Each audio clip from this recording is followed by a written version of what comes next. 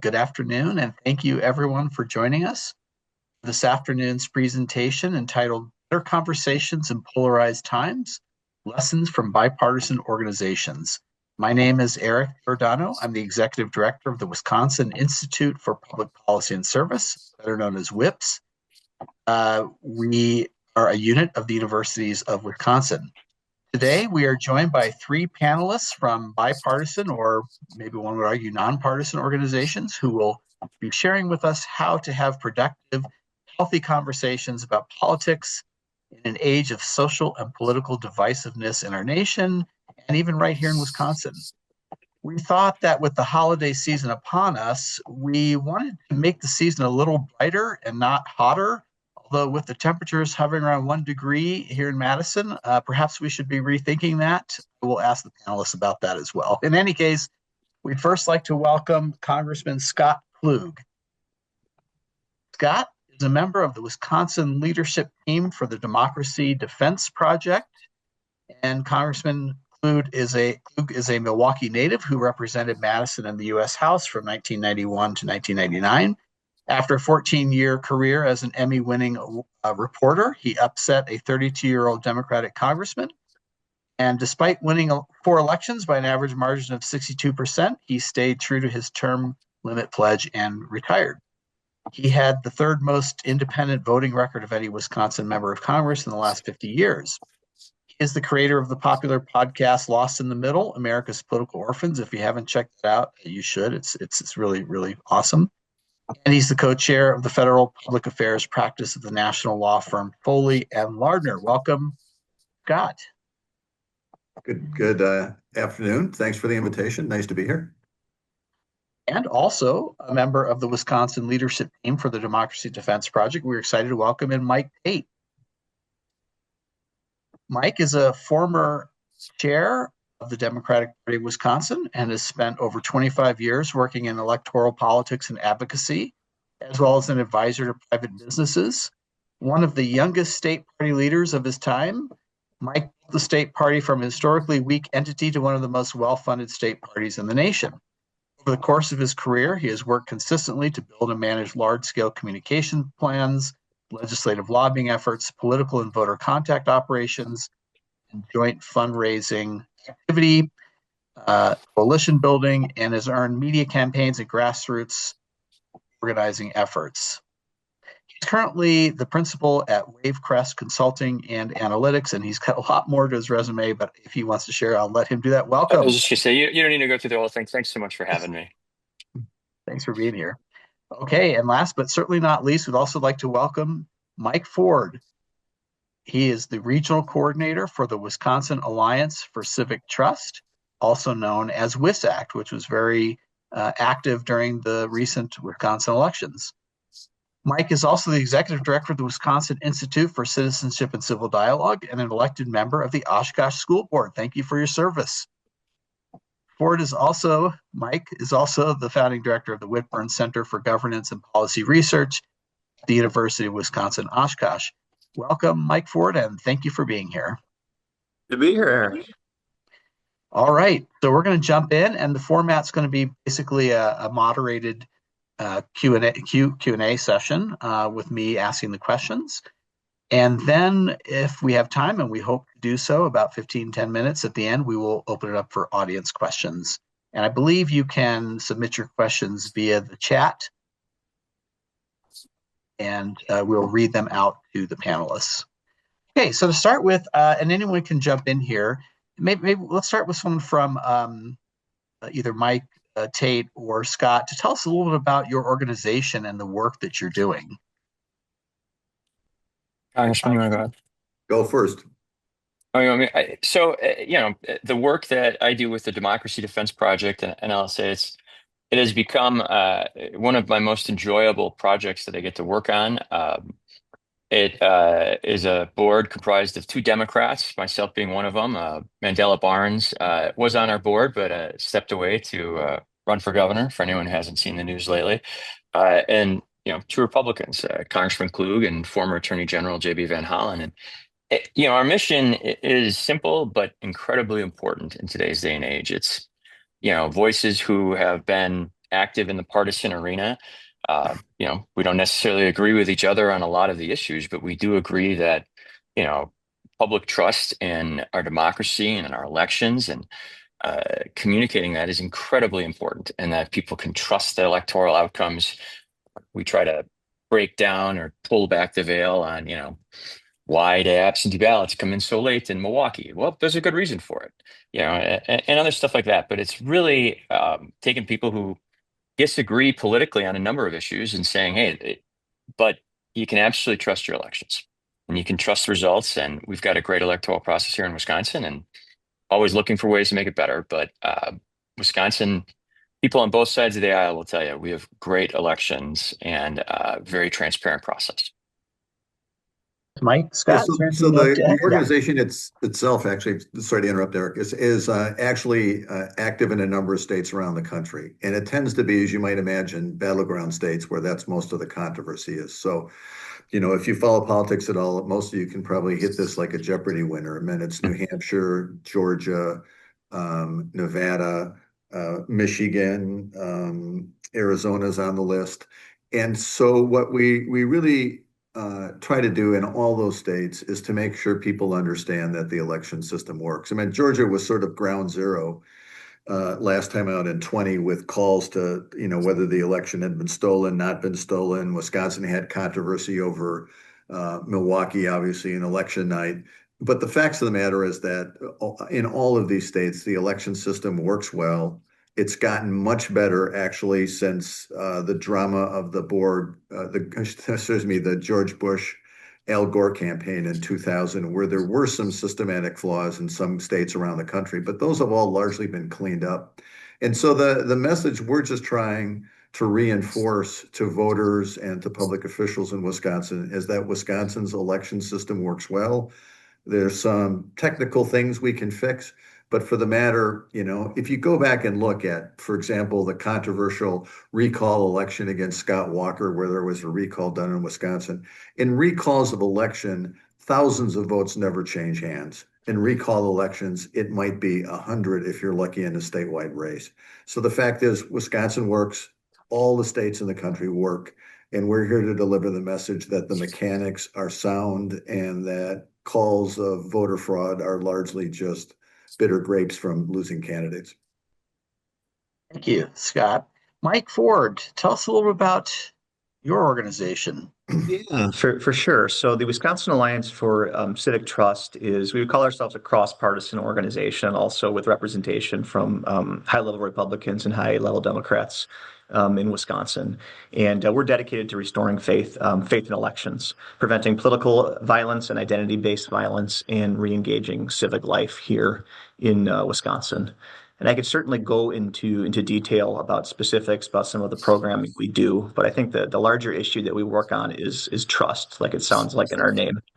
In a democracy, a lack of trust in our institutions really signals a lack of trust in one another. So we're really trying to build a coalition of people who want to restore that foundational element in our democracy. So if you go to WisAct.org, you can join our organization. You can learn about our monthly meetings. And if you're a younger person, college age, I urge you to check out something that we have called WisAct, which is a student-founded and totally student-run arm of WisAct that's doing some excellent programming, has a newsletter, and is really dedicated to I shouldn't say this, but kind of one of the conclusions is like, you know what, some people in our generation, we've really screwed up some things around civic trust. So we find a lot of faith in the younger generation, and we're really lucky to have some college students taking the reins and running with it. And I guess the last thing I'll say to run with what Mike and Scott both said about elections is, I had the privilege of serving 4 years on the Oshkosh City Council as well, and working with clerks, and also teaching city clerks all around the state of Wisconsin through the MPA program at UW Oshkosh. And one of the most powerful things you can do to really show people why you can trust elections in Wisconsin is show them how it actually works. Have them talk to a city clerk. Have them understand what actually goes into that job. When you realize that, you see that these are just regular people doing really, really complicated work. And it defies logic to think that you could commit widespread fraud to the point of overturning an election result. Thanks, Mike. And it's great to hear about these two organizations that are really trying to support healthy democracy in Wisconsin and beyond. We really appreciate all the work you're doing. Just a little light lifting, right?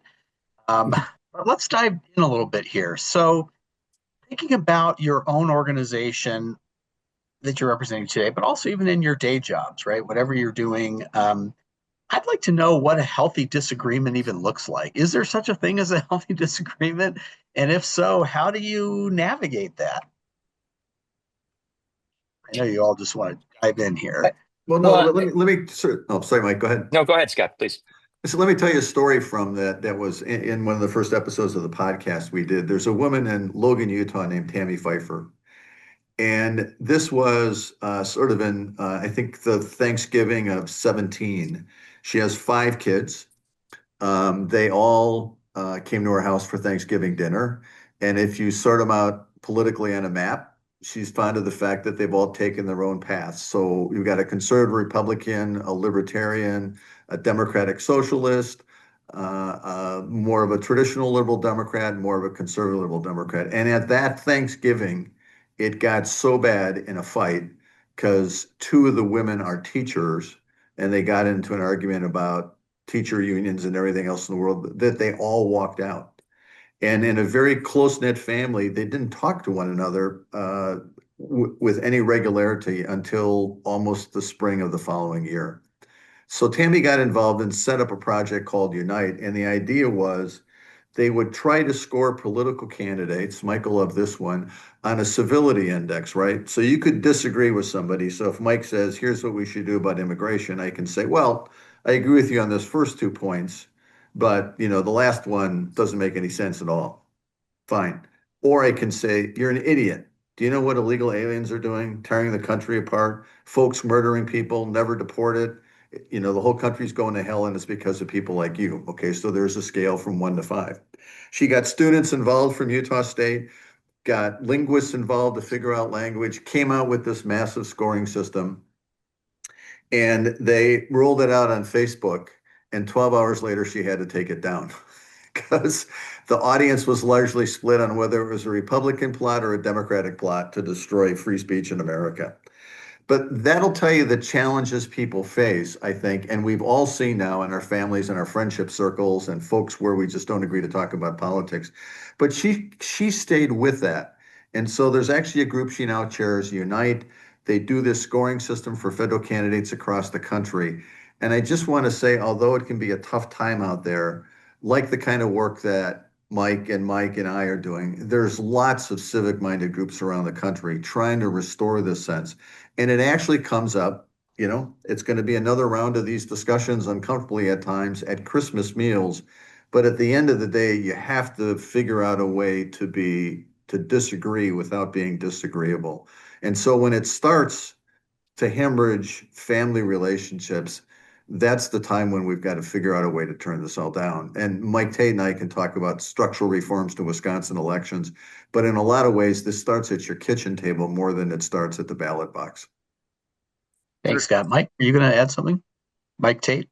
Yeah, I mean, I don't want to add too much because I think Scott really nailed it, but I mean, I'll just say, as I said in the beginning, working with the Democracy Defense Project, and if you'd have told me a dozen years ago when I was the Democratic Party state chair that not only would I regularly be sitting next to, Attorney General J.B. Van Hollen, I'd be agreeing with him. And where we disagreed, we learned from each other. And I think that healthy disagreement is one where you have to not, it's about an idea. It's not about the other person's, humanity, if you will. And there's a lot of reasons we've gotten to, the place that people are very worried about we're in right now. But I think that the answer and the way out is, being more open-minded and asking questions, even about your own ideas, what you believe. And I couldn't go to my Thanksgiving dinner if I made politics personal in my life. So my closest family members, some of my closest friends, are Republicans and have voted for Donald Trump. And these are people I know and love that have been incredibly important in my life. And I don't think they're bad people because of the way they vote. I just disagree with them. And that's something that I feel like we've lost a little bit about.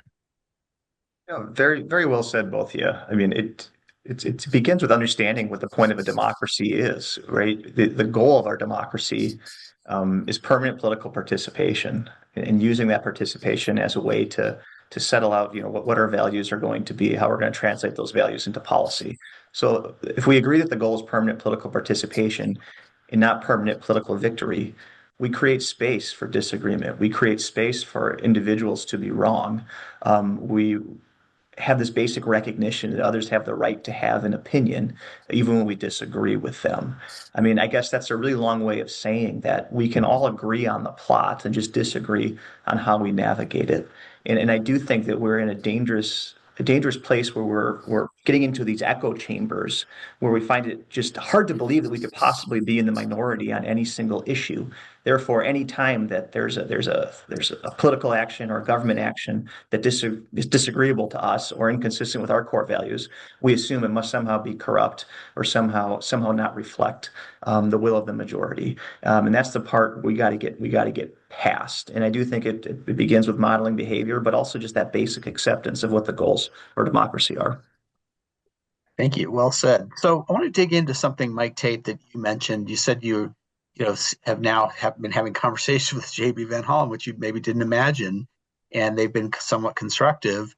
So I want to dig into what are the ingredients? What are the core ingredients of a constructive conversation, especially around political issues? And you did mention one, so I'll just highlight that. You mentioned, Yes. having an open mind. What are some other of the core ingredients of a constructive conversation? I mean, I think there's kind of three key things. I think you have to have curiosity, you have to, have clarity, and you have to have humility. Uh, Everybody has arrived at their opinion through their own life experiences, their own, individual experiences, and um, what has changed is we now don't get our information from one unified trusted source the way we did in the days of Walter Cronkite and Dan Rather and Tom Brokaw, at 5:30 p.m. every day, telling us what was going on. You open up your phone and you've got a line that's via an algorithm telling you information, and they do it in such a manner, and they know how our brains work in such a way that it's impossible for you to even consider the other side. I joke I was state party chair for 6 years, and the best relationships I developed during my time as Democratic Party chair were with Republicans. Uh, Largely because, we'd be in interviews and we would be vigorously engaging in the court of public opinion ideas, and we'd go to commercial and we'd start talking about our kids or what we did that weekend, and spend time with other people and approach things with an open mind. And why do you feel that way? Don't do it in a way that tries to make them feel stupid or demean them. I, some of the most illuminating conversations I've had, whether it's with the folks at Democracy Defense Project or family or friends, is why do you think that? Like, what is it that where you are to get that? Because that helps me understand, more about them and it influences how I look at things. Thanks, Mike. Scott, what about for you? What are some core ingredients for a constructive political conversation in your mind? Well, I think the first thing with political conversation is listening, not talking, which sounds old-fashioned, but I've always believed that. I mean, perhaps in my case, it's because I spent so many years as a journalist. I'm always much more interested in what other people are saying than what's going on in my own confused head. Um, I think that people have lost the ability to listen. It's back to Mike's point because they really live in this universe where they self-sort. And by that, I mean that if you look around the country, there's a big fight going on about redistricting. But a lot of the districts today in the country really reflect just how people have sort of settled into their own little basements where they're comfortable with their neighbors and uncomfortable with people they disagree with. So I think the first thing in all of these is having the ability to make conversations. I also think, though, that in a lot of degree, what people, if you talked about not being able to get along with folks, they'd really focus on Washington, D.C. And I'm not sure that what goes on in Washington, D.C. is really reflective of what goes on in a lot of people's lives. And it invariably comes back to politics. And I've said this for years that if I got you and me and five other people together at a diner in Wausau, we could probably figure out the outline of an immigration reform package by the time our pancake showed up.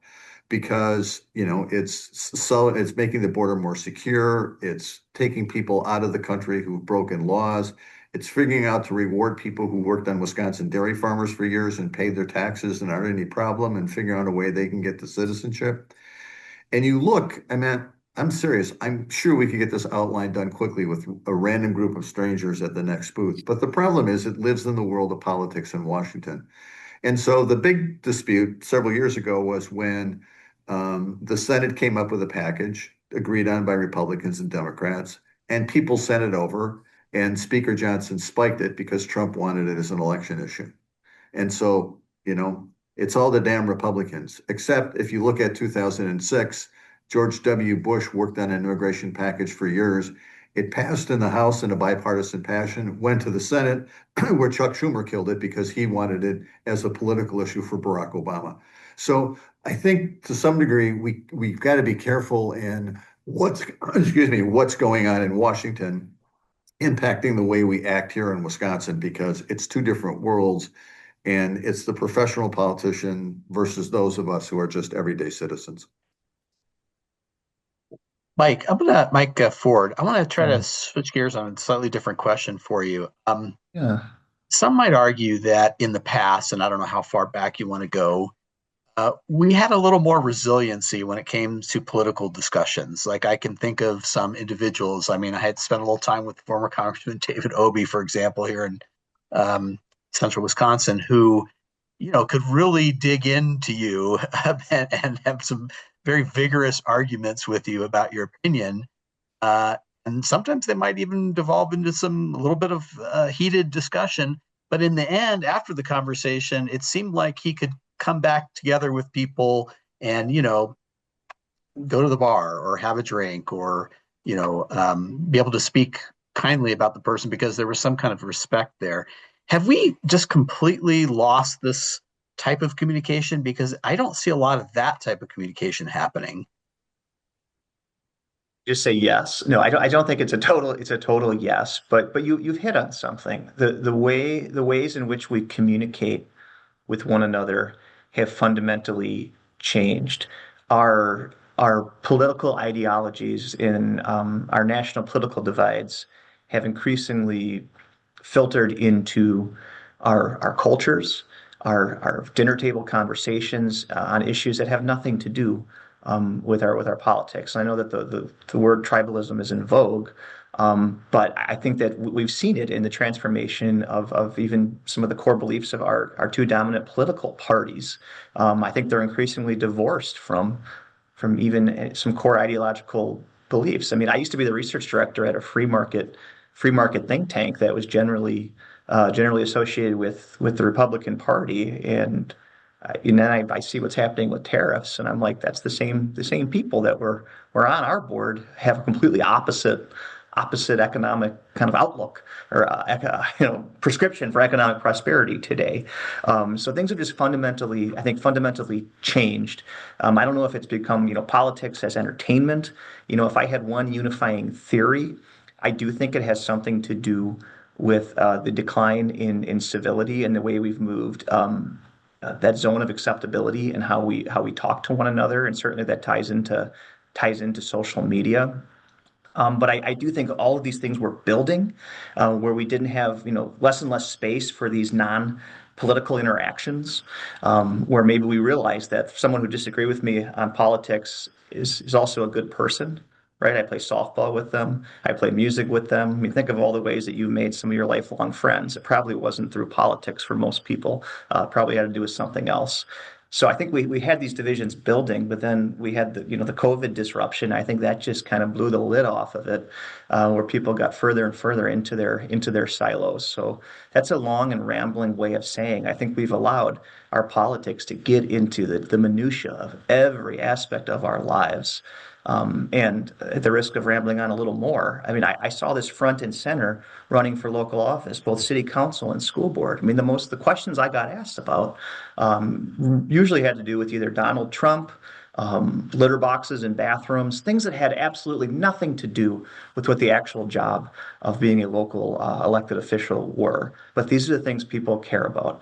So it was more about what team are you on as opposed to any substantive thing. So yes, we've definitely gotten to a place where we're more divided for reasons that are cultural and tribal as opposed to ideological, in my experience. Any reactions to that, Mike, Tate, or Scott? I'd say I agree. I'd also say, and I know a lot of people, are very, cast very ominous forward-looking pictures. I think there's some random poll I saw somewhere that like 58% of Gen Z are exceptionally not optimistic about the future of this country. I think that ignores our history, which I think whenever we've had rough moments, we're in a rough moment now. I think we can all agree with that. Whenever we had rough moments, they've been spurred by uh, generally a change in technology, which we've seen with social media, but we've gotten through them. I mean, we tend to have a rosy-eyed view of our history, but I mean, the election between Thomas Jefferson and John Adams, you know, is not, from a rhetoric perspective, all that different than what Donald Trump and Kamala Harris were saying about each other. I mean, they were talking about Adams as a monarchist. Kind of a big deal just after the Revolutionary War, by the way. They were talking about how Thomas Jefferson was burning Bibles. Um, and you go through the Civil War. I mean, gosh, the whole country split, and we got past that. You talk about difficult times during the Industrial Revolution and on and on. Um, but America has always been able to come back together when we've gone off in our silos. We're dealing with new technology and a new information economy. I think that the more people that can go out there and enter into conversations with people who disagree with them from the perspective of saying, I'm not here to win this conversation, much like Scott said. I'm here to see why you feel the way you do, and I'm happy to tell you why I feel the way I do. And the fact that we disagree doesn't make you stupid or wrong or a bad person. Hey, actually, I want to turn around and ask Mike Ford a question if I can, which, Mike, tell me what the reality is on college campuses, right? You see this sort of, a story from California, a story from New York where somebody's not allowed to speak. Is that an issue in Wisconsin? Has it gotten better, gotten worse? I think it's a real issue. I think it's not, I think it's an issue that gets too often the narrative is driven by a high profile incident occurs at Princeton, and so we're going to have a dramatic change in policy at UW Whitewater. Sorry, I'm sitting at UW Whitewater's campus, so it's on my mind right now. So I think those things absolutely do happen, and we need to address that. But for example, I'm about to present to the Board of Regents about how many complaints there were made against students and faculty over the last year. There were 17. That may seem like a lot, but in the grand scheme of things, that's not a ton of complaints that occurred. I think the larger challenge we have on college campuses is disengagement, where students don't want to talk about politics, where people are seeing the current political climate and saying that I don't want to get involved in public service. I mean, why that's not worth it. I want to be involved in private life. I don't want to be involved in civic life, whether that means running for office or even just participating. And I think that's the most dangerous thing of all, because if in a democracy, if people that are well-meaning and believe in the core narrative that we're running the show check out, you're ceding that space to people who maybe don't believe in that core narrative. And that's what scares me in particular. And I look at our college students right now at their age. I mean, their entire adult life has been political chaos and division.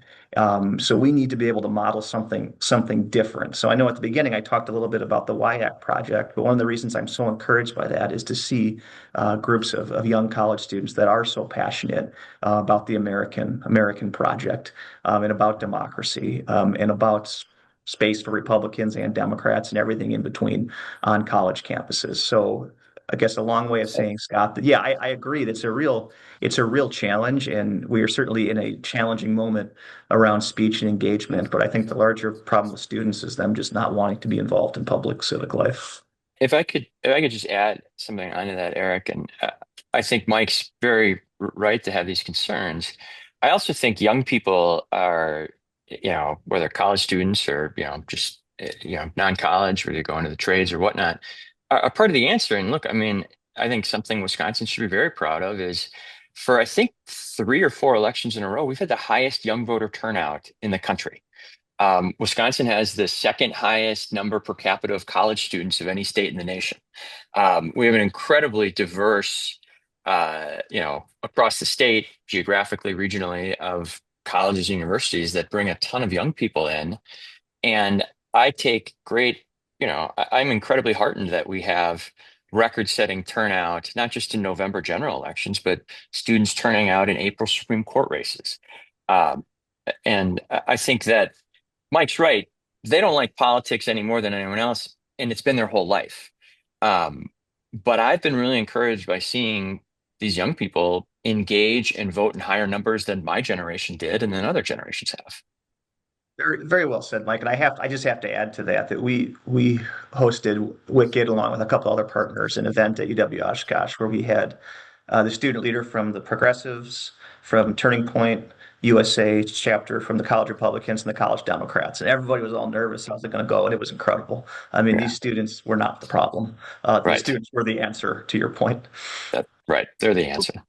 So, I think this is really excellent. Thank you so much for raising that question, Scott. And riffing off of the student situation, it is awesome that we can see some examples of students really rising to the occasion and taking the bull by the horns and really engaging one another in constructive conversations. But there was a report that just came out of Harvard University where they discovered, and this is actually true among Wisconsin students, that a large percentage of students are self-censoring, meaning they're not saying what they're thinking because they're fearful of the social implications and other concerns that they have about how people will think about them. And and we can go back to the Thanksgiving dinner table. In my Thanksgiving dinner table, I think we were all relieved that there were no political conversations because no one wanted to broach the topic. So I guess what I'm getting at is, should we be concerned about this self-censorship? And is there something we can do about it if that's a concern?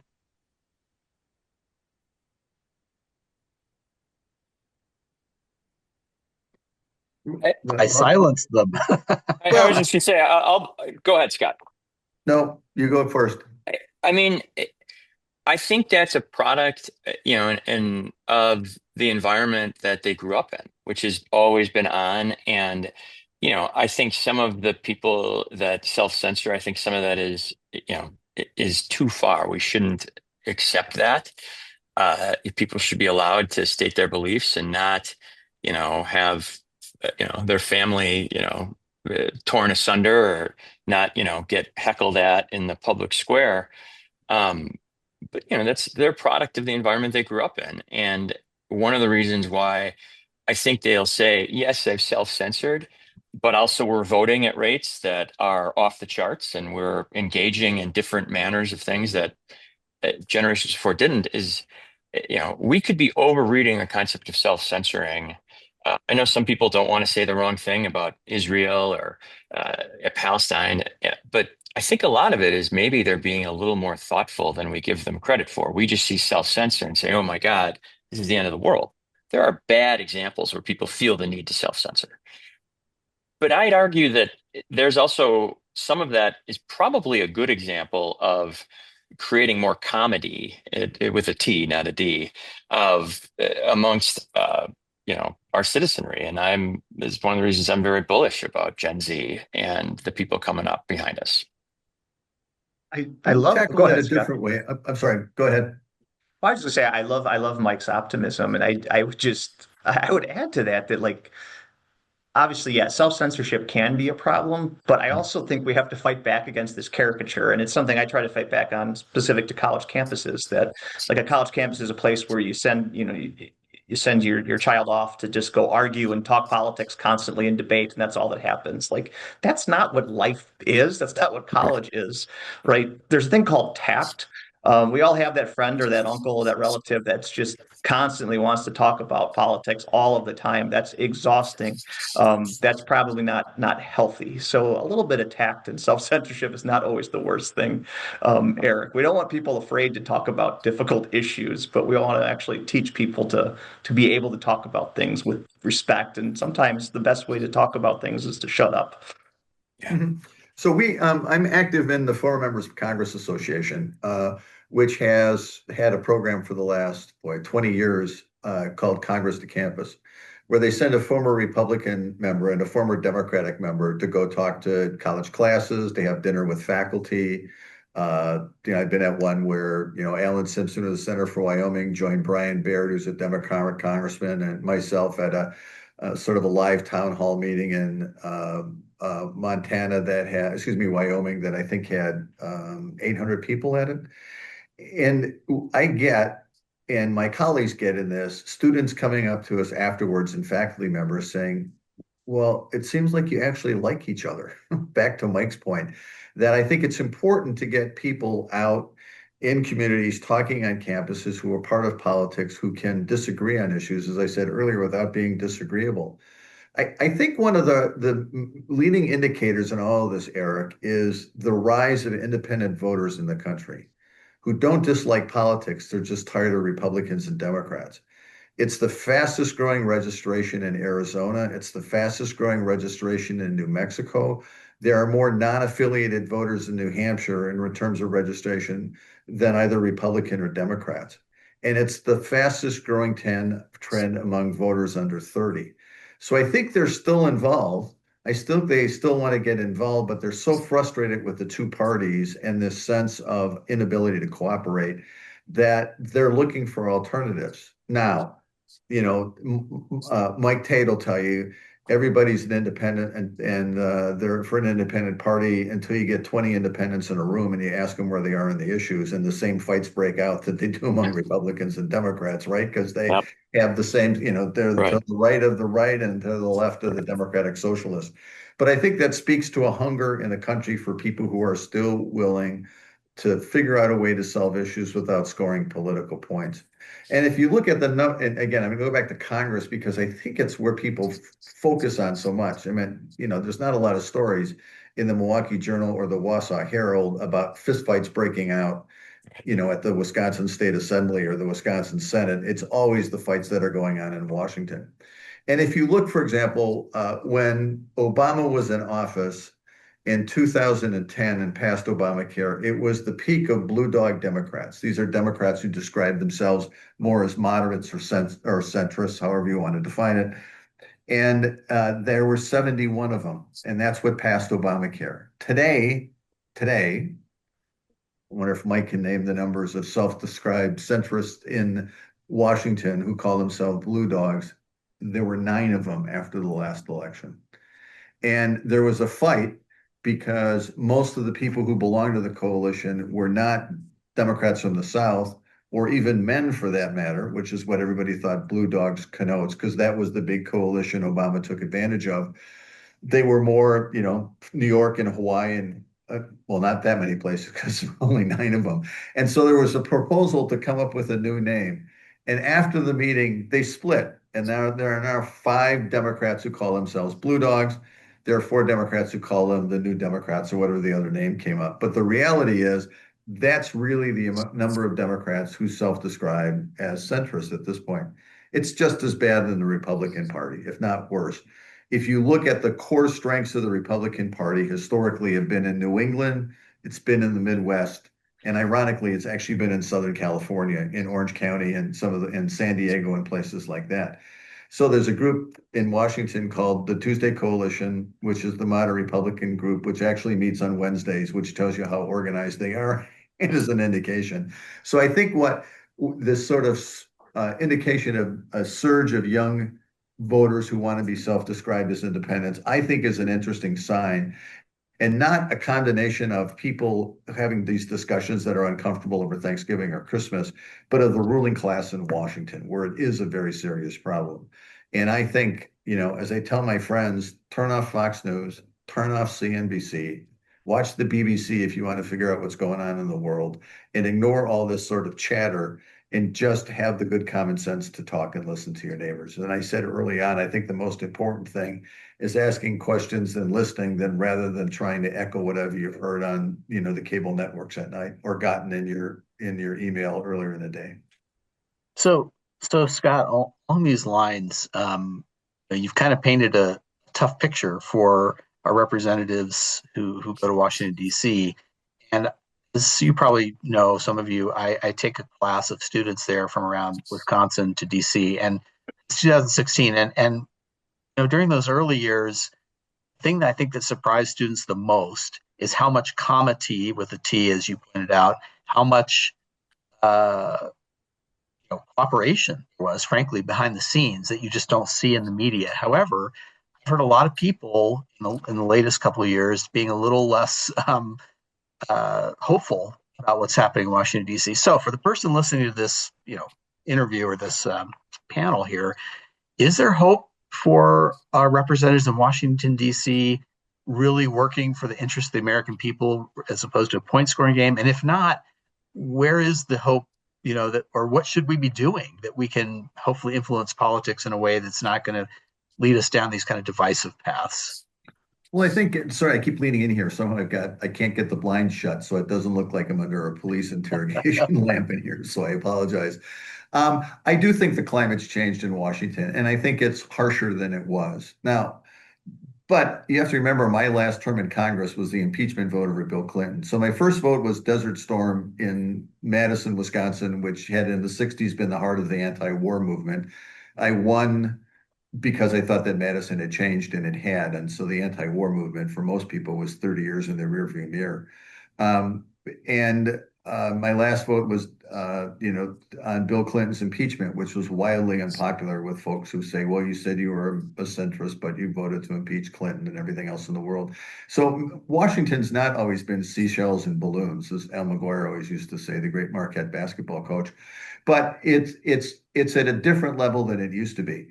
This is gonna be a little political science 101. There's big fights going on over redistricting around the country.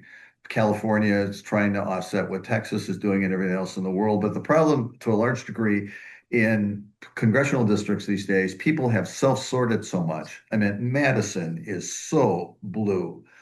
The far northwest corner of Wisconsin is so red that if you represent Madison, are the Madison voters going to represent somebody who breaks ranks to vote for a Trump idea? Are folks in Superior suddenly going to break off and vote for something that Chuck Schumer's trying to pass?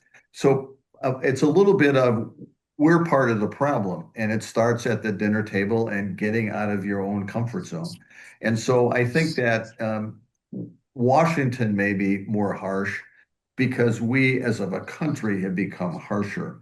But I think that's on a scale. I don't think it swung, it was, and Mike will know this from having worked at the Democratic Party, half the time the fiercest battles are not between Republicans and Democrats. It's between Republicans and other Republicans, or it's between the House and the Senate. So, I mean, I see what goes on in Washington, and it frustrates me and it concerns me. But again, I think it's up to those of us in our districts, in our state, in our neighborhoods, in our churches, and our civic groups, where we have to learn to tolerate each other. And eventually that message will sort of straighten out what's wrong in Washington right now.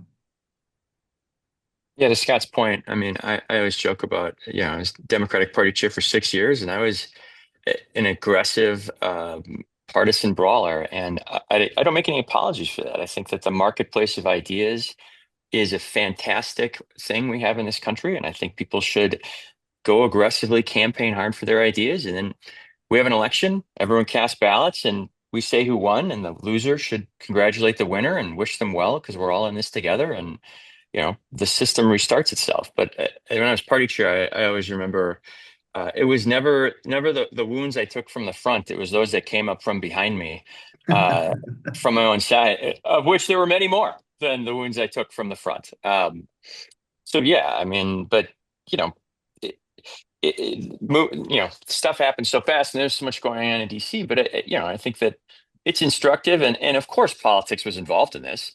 But you had Donald Trump, who prior to the election of Zohran Mamdani was calling him every name in the book. And, a week later, they're together in the Oval Office saying very nice things about each other. We should not let moments like that go by as quickly as we do, because, I don't care the politics on either side. They both need each other. They both know that. And after a hard fought election, they came and stood next to each other and basically said, we're going to work together for the benefit of New Yorkers. we skip stuff like that too much, and we focus on, the horrible things that people say online, or, what one member of Congress who's the, 400th most relevant member of the House of Representatives said that was, outrageous.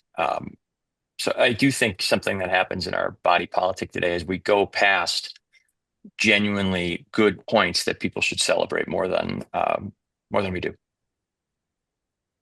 Now, all of you are here today representing organizations that have a strong interest in not only preserving and defending democracy, but ensuring healthy continuation, such as violence-free elections and actual, trust in the election process. So one of our audience members has asked this question.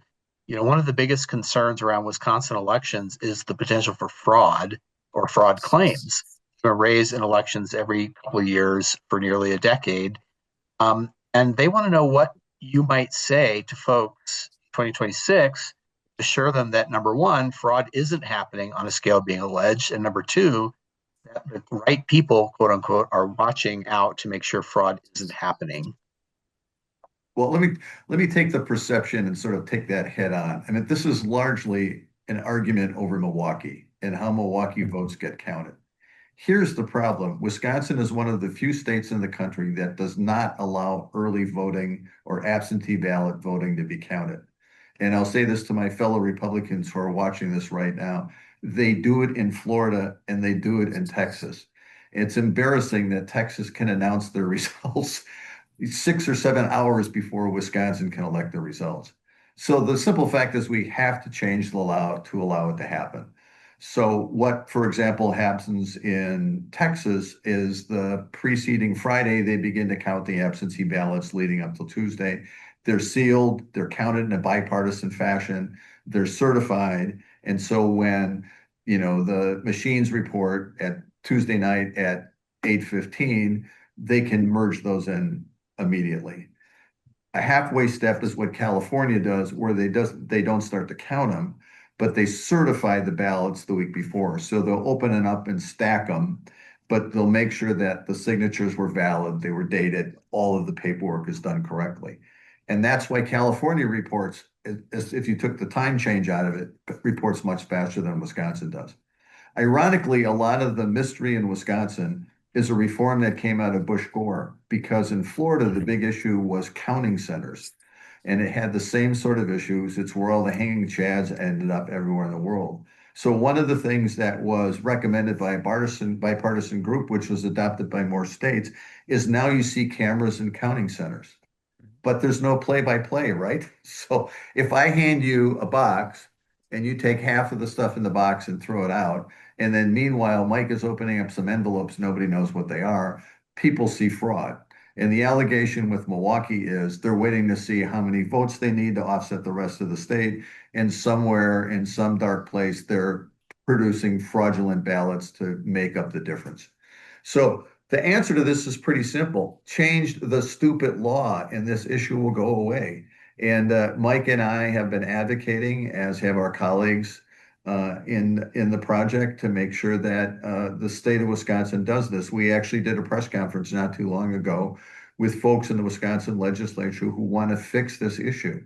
It's relatively simple. And so that's where all this illusion comes from.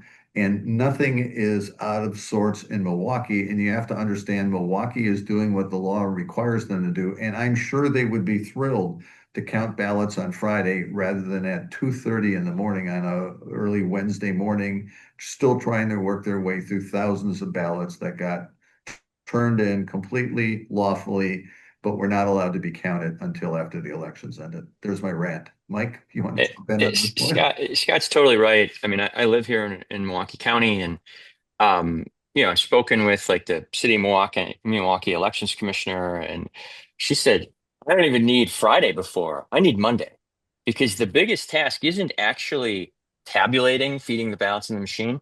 The biggest task is everyone's, these are heavy stock paper the ballots are on, and they're folded up, three-way fold in an envelope for weeks, and they're compressed together because there's, thousands and thousands and thousands of them. So the biggest challenge on election day for anyone with a central count and a location that counts in a central place all of the votes cast early and votes cast by mail is flattening them so that they don't jam the machines. She said, "You give me Monday, Milwaukee will never report later than 11 p.m." And like Scott said, if they can report Texas, which is a lot bigger than Wisconsin, and they can report California, a lot bigger than Wisconsin, faster than we can report, we should, ask the question. We know the answer. And I think it's a shame too many people try to score political points on it, scaring people. At the same time, let's not pretend that if you are an average citizen and it looks like a Republican is leading a statewide race, and then all of a sudden at 3:30 in the morning, a bunch of votes show up in Milwaukee, and the outcome changes, that you're not like, what in the world is going on? It's a valid question, and we shouldn't pretend it's not. What we should look at is, how do we remedy this from happening? And there's a simple solution, and I think that we're seeing a growing bipartisan call to change it. There's also one other lingering election, sort of mechanical issue in Wisconsin, which is ballot boxes, where you can drop boxes where you can do them. A Supreme Court decision essentially left it to the whims of the 72 counties, which distribute the boxes. And so in some counties in the state, they don't like them, so they won't even put them out. And in other places like Madison, you can trip about every 15 feet. There should be standardized rules for drop boxes. I mean, and clearly there should be indications that it has to be in a public place, a fire department, a school. I mean, some setting that's attached, not in a grocery store or whatever, in order to make sure you have ballot security. That's another thing. I mean, the first thing in my mind to take all the mythology out of this is to fix the Milwaukee problem, but it's just silly. There's not a standard procedure for all 72 counties on drop boxes. And that's another thing the legislature could do, since they haven't had a particularly productive year in other ways. Yeah. And I'm sorry, just to add one more thing, Eric, if I can.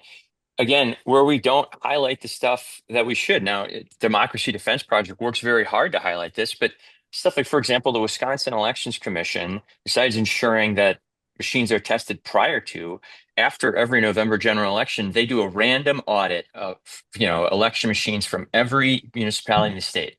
And, after they conducted the one post 2024, I think they found, of the machines they audited, close to a 0% error rate. How many citizens know that all our machines get tested both at the local level and by the state elections commission, and they're consistently proven to be extraordinarily accurate?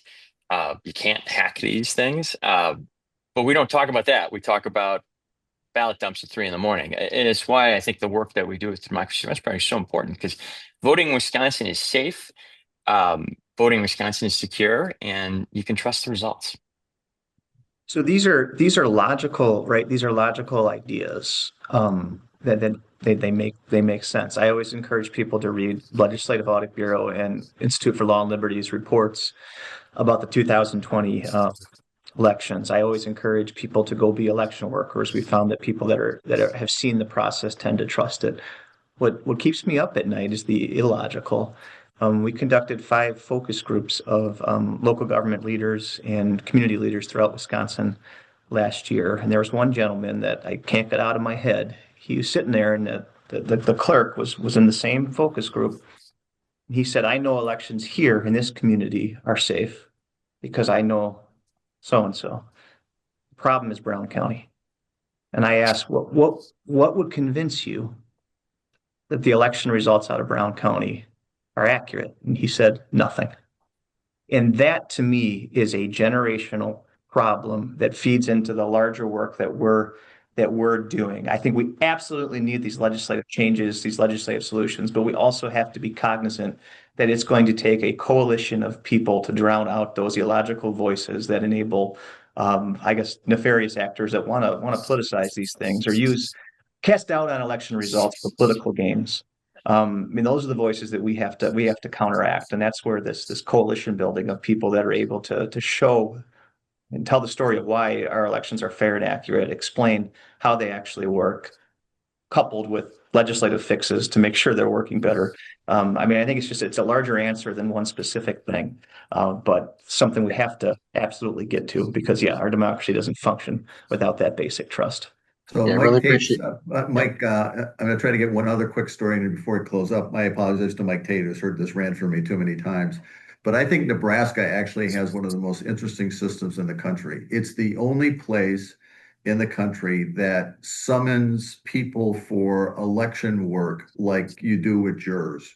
So you get a summons in the mail and you go work and you have to work on 3 elections, I think, over the course of 2 years, right? So you can do spring election and municipal election. It really doesn't matter. If you don't do it, the police come to your house and arrest you and you get fined.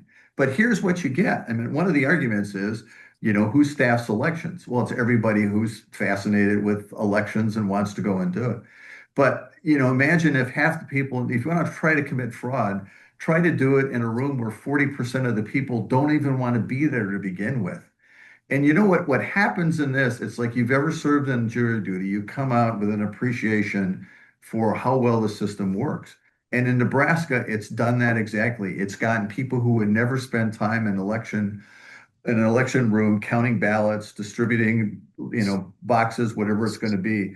And I think it's a great model for the country. And it's one that I think other states should consider embracing. So I get pushback from some of my friends who say, well, you're a libertarian. Why do you want the government to do this? It's like, well, it, it happens for other things like jury duty. And if you wouldn't get a fair, balanced jury if you didn't draw people randomly. And secondly, it's sort of one more check to prove to people the system is independent, but more importantly, you educate regular citizens on every election that the system works well, and there's no fraud. Yeah, I appreciate that, both you and Mike calling out that whatever the evidence says, if people don't believe it, it doesn't matter. So there has to be some education and a consistent at that. We have probably time for one more audience question, if anyone would like to write anything in. Meanwhile, I just want you all to think about, and if we get a question, we'll answer that one first. But in conclusion, what would you say to Wisconsin residents, just the average Wisconsin resident, about how we can improve relationships, improve conversations, and move towards a more healthy set of relationships within our homes, our families, and in our communities? My go-to is always get involved locally, local government. I know that people laugh at me when I say it's nonpartisan. Like, that's not true. Nothing's nonpartisan. Structurally, it is nonpartisan.